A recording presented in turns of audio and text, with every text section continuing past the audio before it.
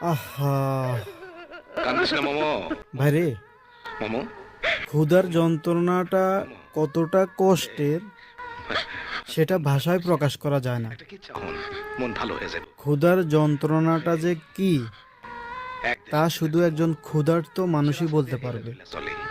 এক বা উপলব্ধি করতে পারবে। একটা রাজপ্রাসাদ, আপনি আর আমি উপলব্ধি করতে পারবো না ভাই, রাজপ্রাসাদ। না জানি কারণ তার ভিতরে কত খাওয়া। আপনি কখনো ক্ষুধার কষ্টই করেননি। চকচক করে।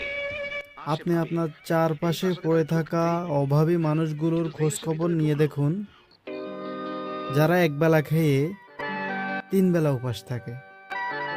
সে বুঝবে ক্ষুধার যন্ত্রণাটা যে কি। আপনি ফিলিস্তিনের মুসলমান ভাই বোনদের জিজ্ঞেস করুন ক্ষুধার যন্ত্রণাটা কি, তারা বলবে। আপনি যে কোনো রাস্তার পাশে পড়ে থাকা মানুষগুলোকে বা দুর্ভিক্ষের কবলে পড়ে থাকা মানুষগুলোকে জিজ্ঞেস করুন ক্ষুধার যন্ত্রণাটা কি।